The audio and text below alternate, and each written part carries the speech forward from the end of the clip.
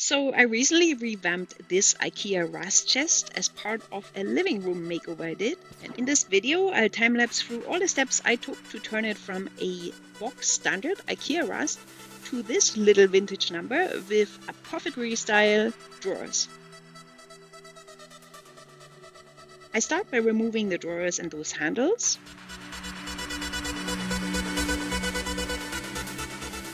Next, I sink all the visible assembly screws that honestly just scream IKEA. I'm also removing the wooden plank at the bottom of the chest for now. I will reposition it later a little bit further forward. Then I systematically disappear all the holes, screws and any other imperfections with a few rounds of wood filler and sanding. Between those rounds of filler and sanding, I figure out a decent layout for the fake drawers. I used chalk here to draw on a whole bunch of different combinations that I had in mind to see which I liked best. I end up going with this combo of 2 double and 1 triple fronted drawers.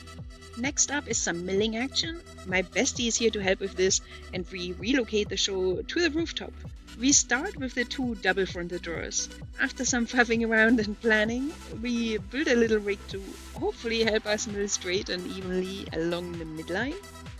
We also do a few mill head trials on offcuts and we ultimately decide to go with a small V-shaped mill head. Here we go, perfectly milling the midline across both drawers. Then we also mill a little notch into the top and the bottom of each drawer, like so, for a more realistic look of those fake drawers. Next, we rinse and repeat this process for the triple fronted drawer. Here essentially we mill twice to create 3 equally sized fake drawers. And since there's less distance from the sides, we can use the mill's guide rail without the need for a rig here. Next, we are on to the legs. I want to upgrade the cabinet with some sexy little cast iron legs that I got off Amazon, but there's really nothing to attach them to. So after some faffing around and apparently one of Bestie's many little pranks, we create a base for the legs. We cut to size a couple wooden beams that we had left over from another project and attach them just inside the bottom of the chest. At the same time, we also now put back the cover board so it's flush with the bottom and about 3 millimeters inset from the front. The front wooden crossbeam sits just behind it, but is positioned a few millimeters higher so that the base of the legs won't be visible once we attach them. Finally, space for those sexy cast iron legs that we are screwing on here.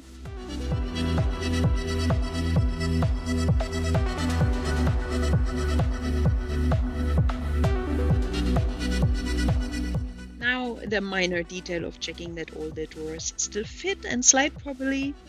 That step's ideally done before we're starting to fill in the new screw holes. They do, so hooray! And some more sanding action while we are outside.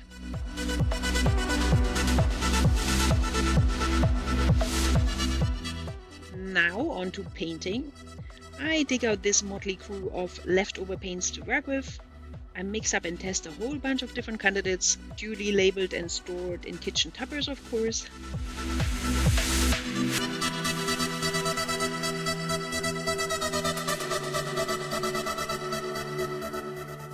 After about 50 shades of beige grey, I'm rolling with these. Let's paint. For the chest itself, I stick mostly to the light beige. Here I'm applying the base layer.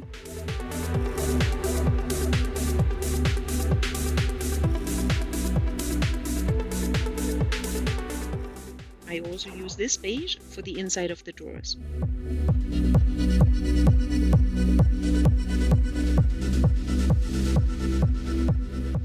For the drawer fronts, I mix the paints up.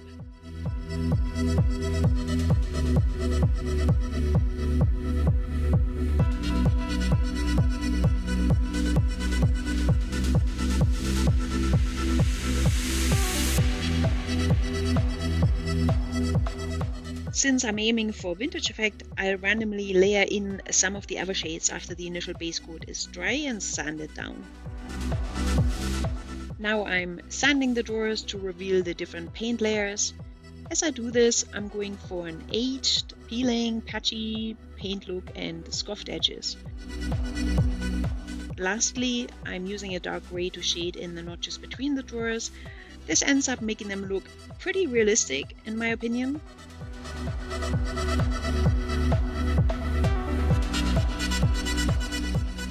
Here's the result. Next up, the finishing. The big question here is to wax or to varnish, which is very difficult for a German to say.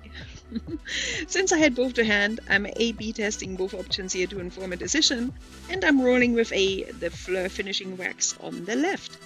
I'm applying 2 coats of wax to everything over a couple days. And the top of the chest gets a 3rd layer for extra protection.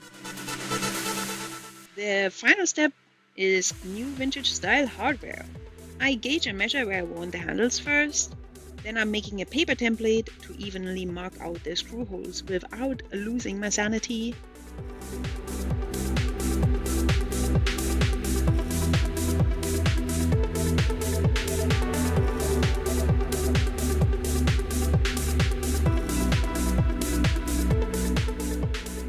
Now I'm checking which layout I like best.